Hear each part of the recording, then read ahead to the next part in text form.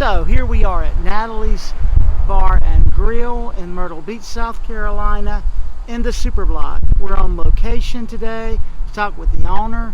When you dine at Natalie's, you get an oceanfront view that looks like this.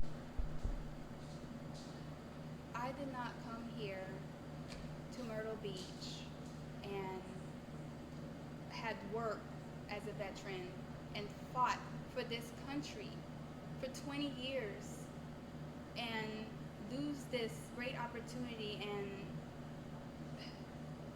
see what the city is doing to me. I have a legit business. I'm a legit businesswoman, and that's all I want to do. Hi, I'm Natalie, and I own Natalia's Bar and Grill on 851 North Kings Highway on Five Points area. I came here to start a business from retiring from the Air Force. 20 years in the Air Force, veteran, did serve in Afghanistan as a medical technician, and I saw Myrtle Beach as a great opportunity for me to open up my own business. My expectations opening the bar was a great opportunity to serve people in Myrtle Beach, have them come in the bar and socialize and have a good time in a safe environment. And you took your retirement funds to do that? I took my retirement funds to open up a bar. My savings. I'm the only owner. I don't have no partners in this bar. After doing 20 years in the military, I looked at different facilities to open up a bar, and this one actually opened up my eyes for great potential because of the beautiful view of the ocean right outside.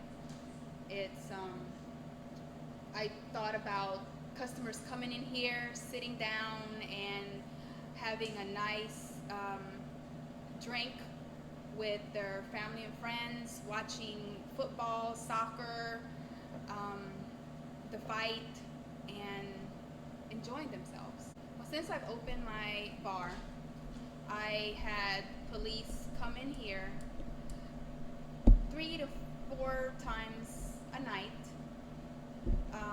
maybe every day of the week, just to come in here and harass my customers. My customers are here just to have a drink, watch, whatever sports is on TV, listen to some music, and they come in here and scare away the customers. Nobody called them to come in here to, they weren't called. The police, we're not called for any problems. They just continue to come in here, stand here for 10, 20 minutes with their body cams off sometimes, and stand around and talk to the customers, asking why they're here, what are they drinking, and they come around the bar and see what we're serving. To my acknowledgement, they're not even allowed behind the bar. Are they allowed behind the bar? Why are they behind the bar? Why are they standing in my bar for 10 to 20 minutes when there's somebody out there, committing a crime? Somebody getting raped, somebody is getting robbed, somebody is in the need of a police assistance, versus here when people are just here to have a good time. The city feels like I'm a nuisance.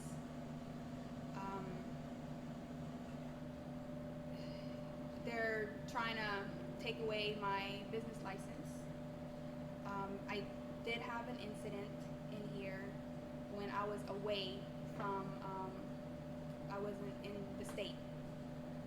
So there was an incident of a shooting in my establishment, and police came in here and took my DVR.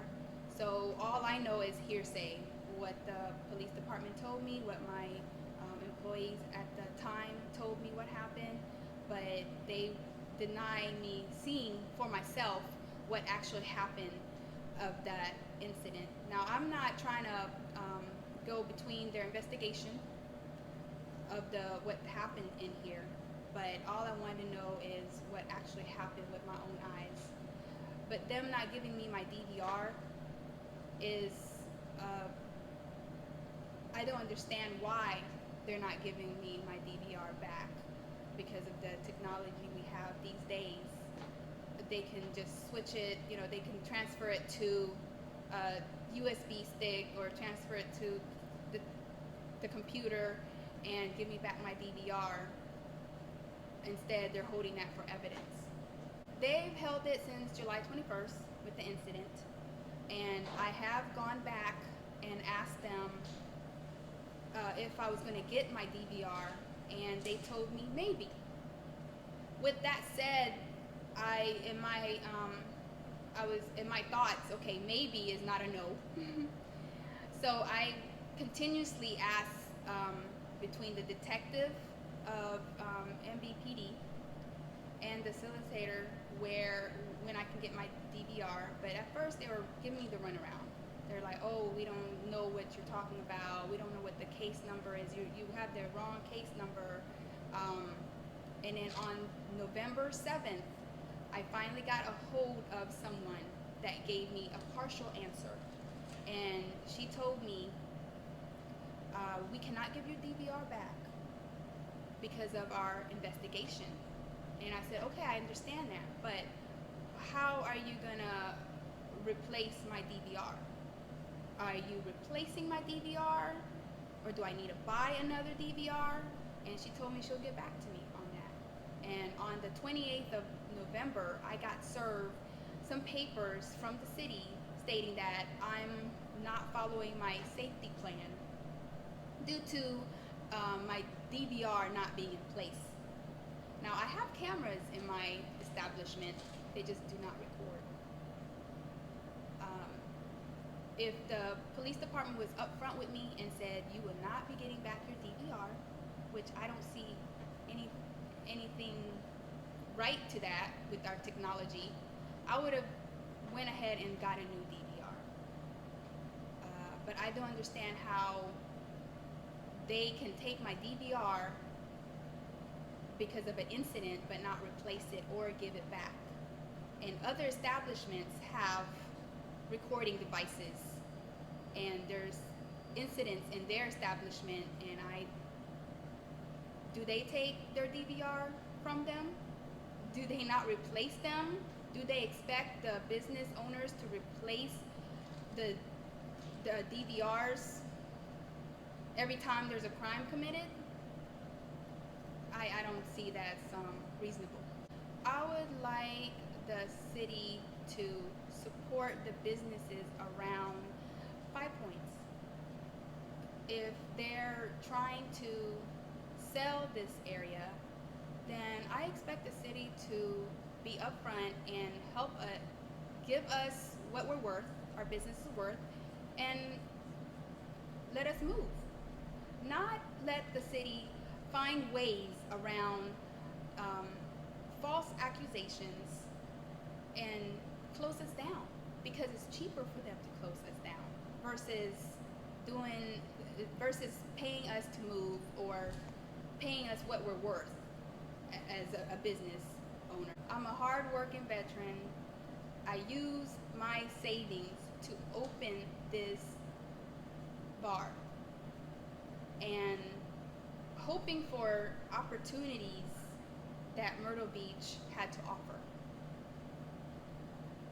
I asked if they want to shut this area down for one incident, then why are they not shutting down other bars or clubs that had multiple incidents? For example, Broadway. Broadway has much more incidents and crimes over there, and they're not shutting them down. They're not threatening or telling them they're going to take their business license away. How many times a night are the Myrtle Beach Police in the establishment? on busy nights, which is Wednesday, Friday, and Saturday, they'll be here 2 to 3 times a night. And they would park their cars, 3 or 4 vehicles, park outside of the parking lot and just watching customers come in here, or basically scaring the customers away because they don't want no trouble. You know, if they look at the cop wrong, they don't want to be arrested just for looking at them wrong way or walking not the wrong way. They don't want that. They don't want no trouble. They just want to be here having a good time. But and they come 3 or 4 police come in here. Why you need 3 or 4 police personnel coming in here to just sit around or just to stand around and look at the customers? You know, they look suspicious.